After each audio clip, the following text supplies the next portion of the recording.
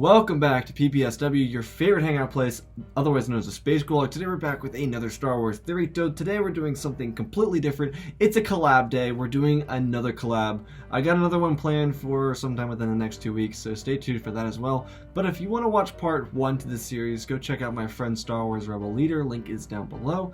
But today we're doing what if Luke and Leia had swapped positions. I'm taking up the mantle of part 2, and it takes place right around the beginning of A New Hope. So here we come. Also, subscribe to Star Wars Rebel Leader and Concordia Jedi down below. Concordia Jedi will be doing a collab with later. And also subscribe if you want a chance to win a free lightsaber. We're giving one away at 10k, and we're literally like making our way there. So you better do it if you want to make me spend my money. Anyways, let's get straight into this. As they boarded the Millennium Falcon and smuggled to Yavin IV, Leia and Luke had their first interaction. Luke was rather brash, having spent all of his time as royalty on Alderaan, while Leia was rather down to earth and quite brilliant, even. Their ship traveled through hyperspace. This was revolutionary to Leia, but for Luke it was rather common because he was royalty. During their trip to Yavin IV to deliver R2-D2 and C-3PO, Luke met old Ben Kenobi. Kenobi seemed like he were out of his mind, and Luke hardly paid any attention to him. He really wasn't interested in these people that he was with. He felt above them. He wanted to help the rebellion grow, and he really didn't have time to be really caring about anyone he was on board the ship with. This tedious voyage seemed like a waste of time to him. Luke gave Leia the cold nose whenever she tried to make a simple conversation with him. Leia, being the tough, brilliant girl from Tatooine, didn't really care. She wanted her adventure, and she got it. Plus, for her, she found it easier to communicate with the smuggler Han Solo. He was a lot more down to earth than Luke, and Old Ben was certainly someone she was familiar with. Most of the people on board the Falcon avoided Luke. He was incredibly full of himself and very easy to dislike. The trip ended as they landed on the planet Yavin IV. Leia ran out the door first. This was the first moment she'd experienced anything other than sand in her life. It was incredible. It was an incredible moment for her. She felt almost like a kid again, but Luke scoffed at her and walked by her with the 2 droids, and this kind of ruined the moment for her, and she really didn't like this. And because she was this tough girl from Tatooine, she wasn't afraid of standing up for herself. So she shoved Luke in the back and told him to apologize for being so rude to her and the rest of the crew.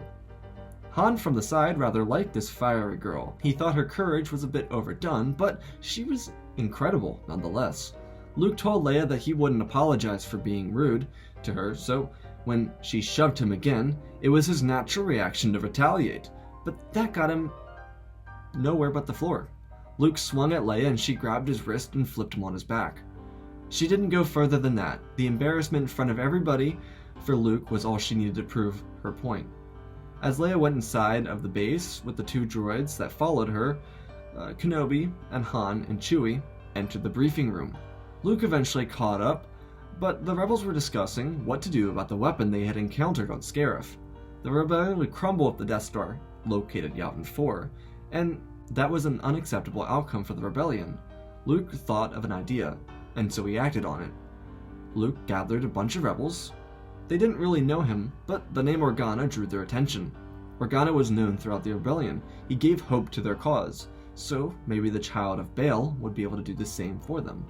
A squad of rebellious rebels decided to leave Yavin IV in search of the Death Star. Their mission was to create a disturbance within the structure. They wanted to seize it.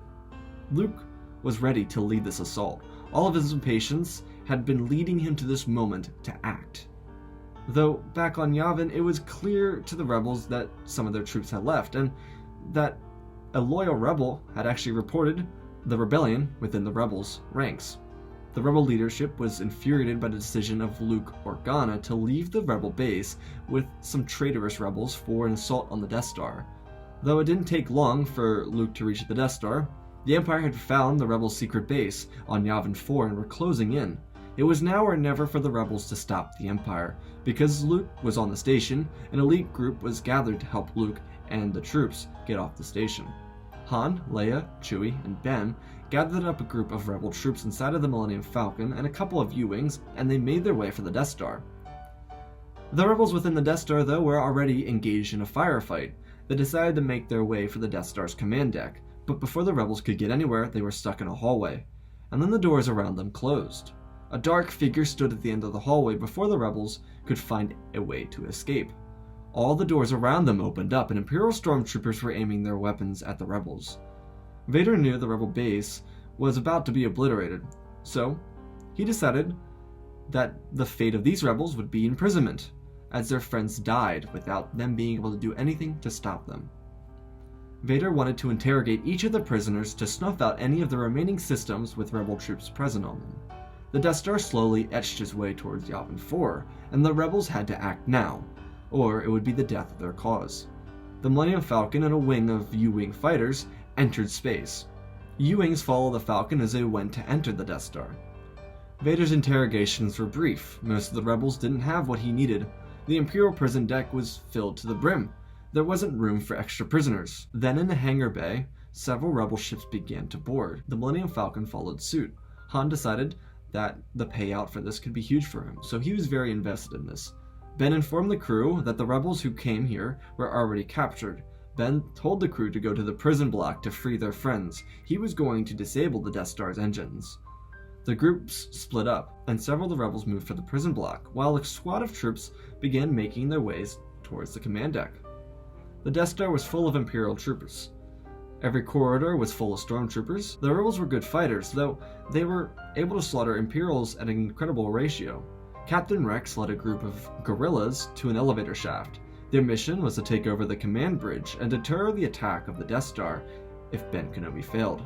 Kenobi made his way for the engine room, which was almost unoccupied, and then he felt a change in the Force, a changing tide that encouraged him to keep the engines active. While in the prison block, rebels snuck past security and began opening prison cells. Leia and Han opened a cell and saw Darth Vader begin his interrogation of Luke. Leia cried out saying no and raising her hand, but she didn't expect a wave of the Force to shove the Dark Lord of the Sith across the room into the wall. Luke got up and ran, but Vader was disabled. His helmet was broken and cracked, leaving his respirator in shambles. Leia fell back in shock. She had never been able to do something like that before. She used the Force and caught Vader off guard, leaving him unable to function on the floor of the cell.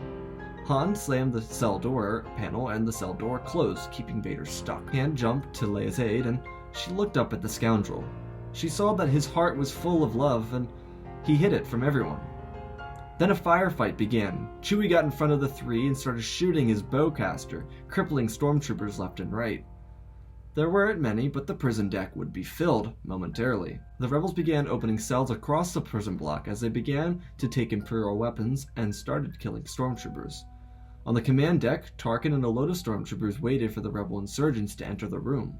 And when they did, they were overpowering. Rex and the elite guard killed people on the command deck and captured Moff Tarkin as a war criminal, though the rebels wanted to execute Tarkin, but Rex didn't support this idea. They now had the power to operate the Death Star.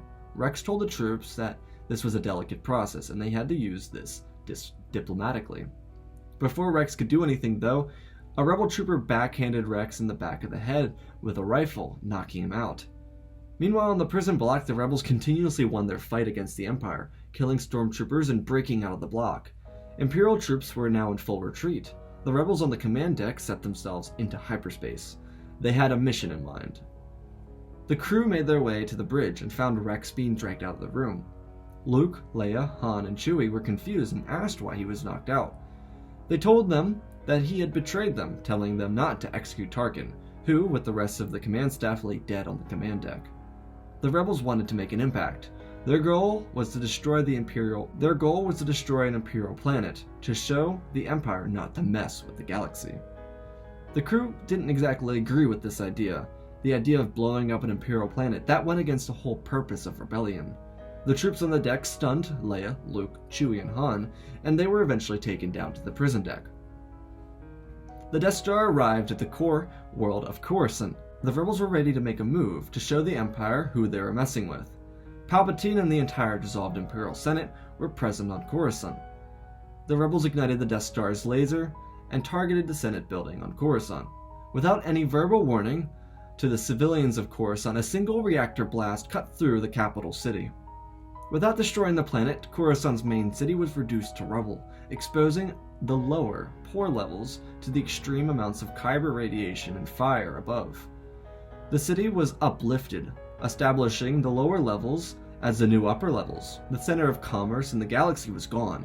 The rebels, though, were not done, and the Death Star jumped again to hyperspace. Obi-Wan, who was maneuvering around the lower levels of the Death Star, felt a disturbance. He heard the cries of the people of Coruscant.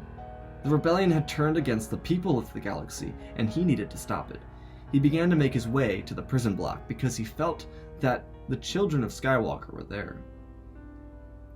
The rebels on the command deck began to execute captured Imperial stormtroopers throughout the Death Star.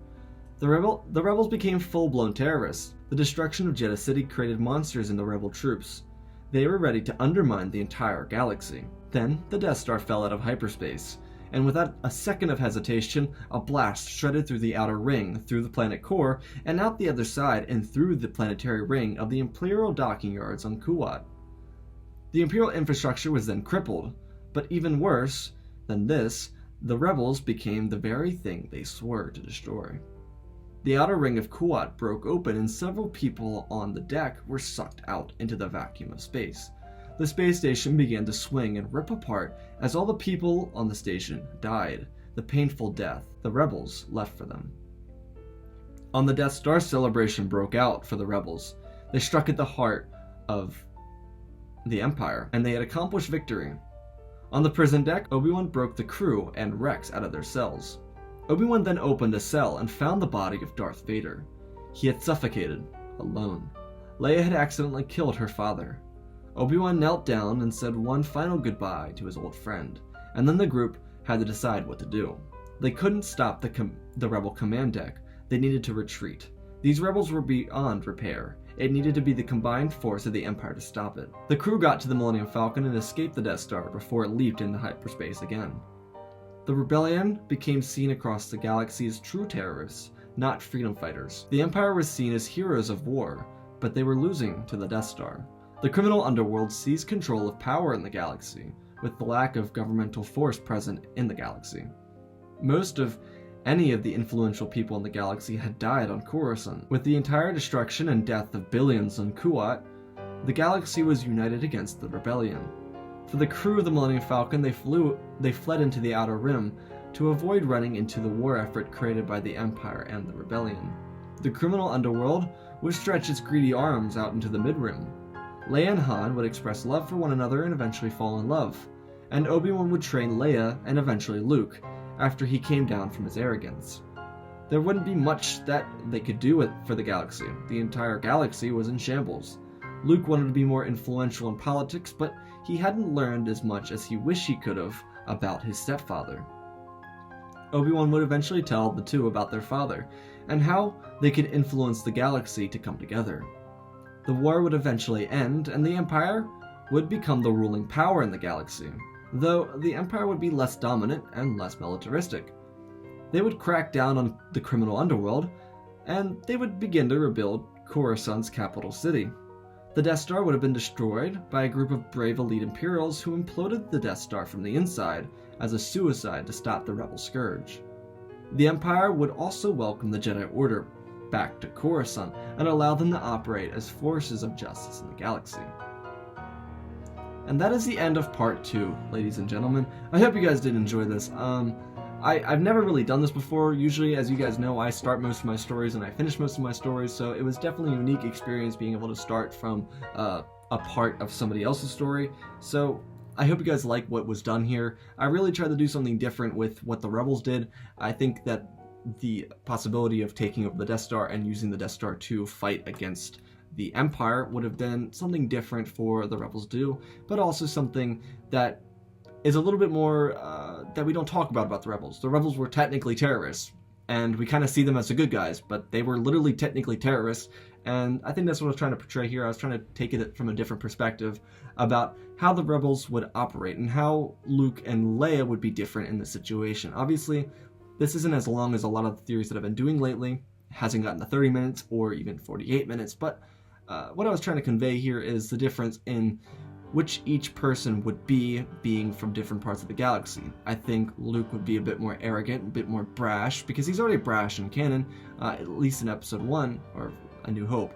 And Leia is a bit more confident in herself, and I think Leia would continue to be confident in herself on Tatooine. I think even more so. I think Luke would be less confident in himself and a bit more brash and act on his emotions and feelings like he did in A New Hope. And I think that's what's at the heart of this story here. I think that's the true character change for the two of them, but also the change in the rebellion I think was something different. I think Luke leading a group of rebels, a group of brash rebels against the Empire to capture the Imperial facilities, it would create a monster in the rebels, and I think the rebels would actually become more of the thing they swore to destroy. And I think that was the mirroring effect that I tried to create here between this and I think Revenge of the Sith, which I think was a little bit interesting, the cause turning against what it was meant to be for, like the Jedi turning against the Jedi he was meant to become, which would have been Anakin.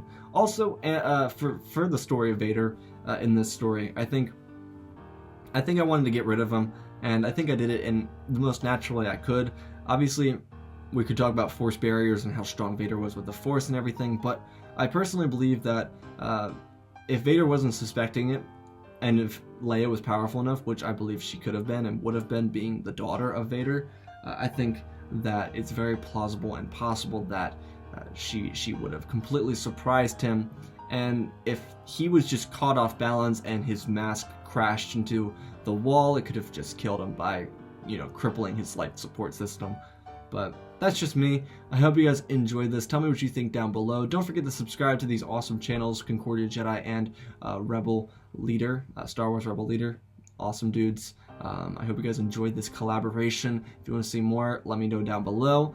As for me, subscribe to me if you want a chance to win a free lightsaber. We're doing great, guys. I'm so appreciative for the growth on this channel. Also, don't forget to check out the Discord. Link is down below if you want to come chat with me, some friends. We talk Star Wars. We talk basically anything revolving around Star Wars. You can ask me fan theories there, and we can even talk about it there more in depth than I do on the YouTube comment section. It's a better place for you to reach me if you want to talk to me more openly than how I communicate on YouTube as it is.